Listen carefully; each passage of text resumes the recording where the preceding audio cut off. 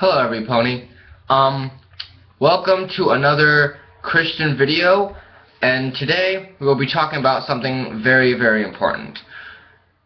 Things will be a little different in this video and all the other videos to come. Now, in this video it's going to be more serious than all my other ones. Now, don't get discouraged. My other videos will be fun, and my Christian videos will continue to be funny and fun for you guys. But this is a very serious topic that we're talking on, and I'll be doing this for other Christian videos as well. Now, the topic that we will talk about today is God's compassion, but also God's wrath, because many people believe that God is a very vicious and crude God, and He doesn't really love anybody, and that He's just a mean, vile, and crude God. And I'm here to tell you that that's only one part of God, but the second part is that He's a loving, compassionate God. Now, some people believe, some people out there believe that I'm a really bad sinner, and even if I was to step foot in church, I would automatically just get struck down like that. But I'm here to tell you that that's not true, because nowadays God is a very compassionate and loving God. Back then, God was more of the vicious and strict God, as we Christians say. God was very strict back then because He was trying to set the standard. Like many of the police officers the law that we have, like, you know, no smoking in theaters, or no recording in theaters, no talking or texting. And then, you know, you get in trouble if you break any of those rules that they have in there. Same thing back then, because God said, no worshiping other idols or other gods, and most importantly, keep the Sabbath holy. And if you didn't follow any one of those regulations, that's it. You're dead. Judgment day for you. So that's basically the whole reason why God was a very strict God back then, is because He was trying to set the standard, the rule.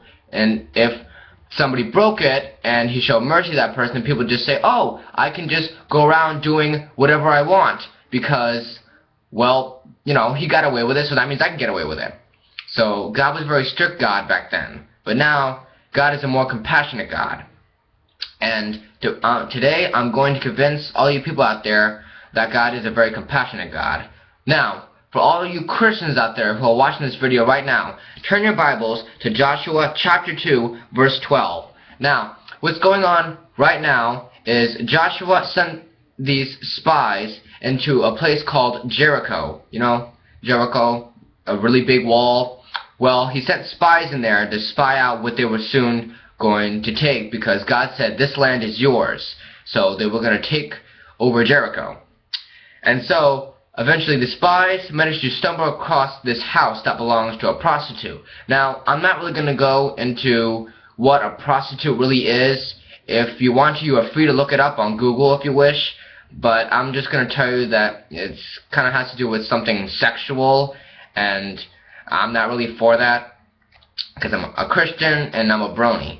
So, a Christian brony, and I'm not really for that. But anyway, as I was saying, so they come to this house that belongs to a prostitute woman. And so she hides the spies up on her roof. And so the guards come over and say, where have you hidden the men? She says, they left early at dawn. If you hurry up, you can still catch them. So technically, she lied to the guards. And once the guards finally leave, she comes up to them, and she says this. Joshua chapter 2, verse 12.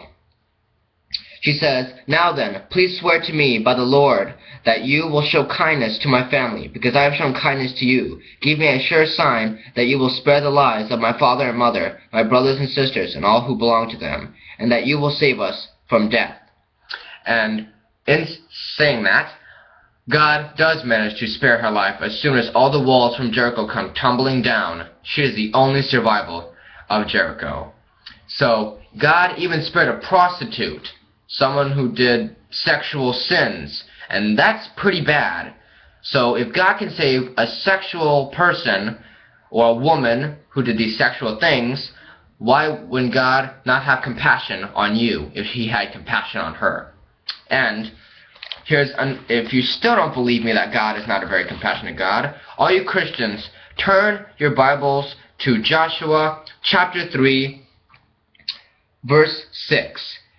Now what's going on here is that, you ever heard the story of Jonah? Well, the story of Jonah is, God told Jonah, this prophet Jonah, I want you to go over the city to Nineveh. And now Nineveh was a very bad, wicked, and evil city that did many evil things in the eyes of the Lord, our God.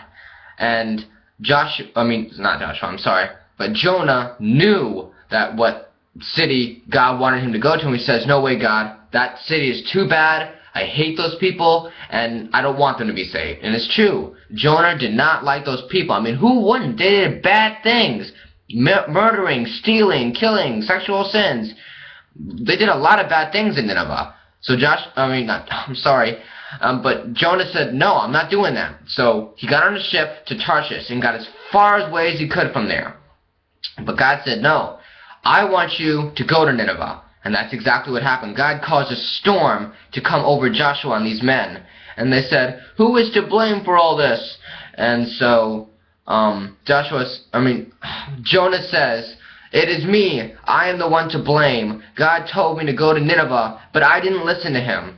And so he says, toss me overboard, and the sea shall be calm for you. But they didn't want to throw him overboard, so they just threw cargo over. But the storm got worse. So then he said, it's the only way. And so they threw Jonah into the sea, and he was swallowed by a big fish. Not a whale, a fish. And he spent 3 days, that's right, 3 days in that fish. And he prayed to God and asked for forgiveness and said, if I am to survive this, then, that is taken out of context, but he said, if I am to survive this, then I will do exactly as you say. And so God made this fish spit Jonah up on dry land. And so he proceeded toward Nineveh. And so, as soon as he entered the city, this is what happened. Jonah, chapter 3, verse 6. It says, when the news reached the king of Nineveh, he rose from his throne, took off his royal robes, covered himself with sackcloth, and sat down in the dust. Then he issued a proclaimed at Nineveh. And he says, by the decree of the king and his nobles, do not let any man or beast, herd or flock, taste anything. Do not let him eat or drink, but let man and beast be covered with sackcloth. Let everyone call urgently unto God. Let them give up their evil ways and their violence. Who knows? God may yet relent, and with compassion turn from his fierce anger, so that we will not perish. And in that note, God allowed the Ninevites to live. And that shows you right there that God is a very compassionate God. Now, for the rest of you Christians out there, or people who want to know more about these stories, you are free to go back and read these stories yourself if you still don't believe me. And that's basically all I have to say in this video, you guys. If you like this video, be sure to like, comment, and subscribe for more Christian videos just like this one. And I hope you all really enjoyed this. And I'm just here to tell you guys that God is a very compassionate God, always has been, and always will be. And P.S. Happy Mother's Day, all you moms out there. You are 100% great to us. You are a gift from God. See you all you Christians later, and catch all you bronies later.